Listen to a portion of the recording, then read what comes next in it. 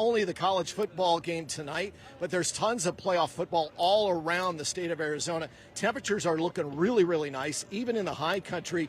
Clear skies, border to border. If we kind of zoom out a little bit, what I'm watching here in the First Alert Forecast Center is right to the left off the coast of California. That's a low, but it's going to track north of the state. It is going to bring up the winds a bit Sunday up in through northern Arizona, and Sunday night, Monday morning, there might be a sprinkling of snow in the uppermost elevations up along the rim.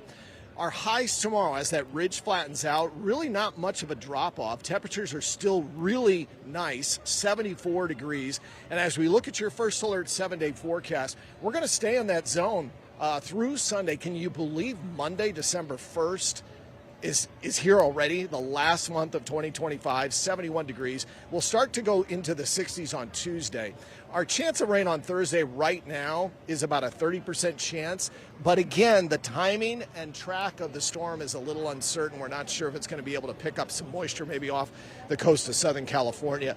That would be on Tuesday. But definitely know that we're going to come out of the 70s by the middle of next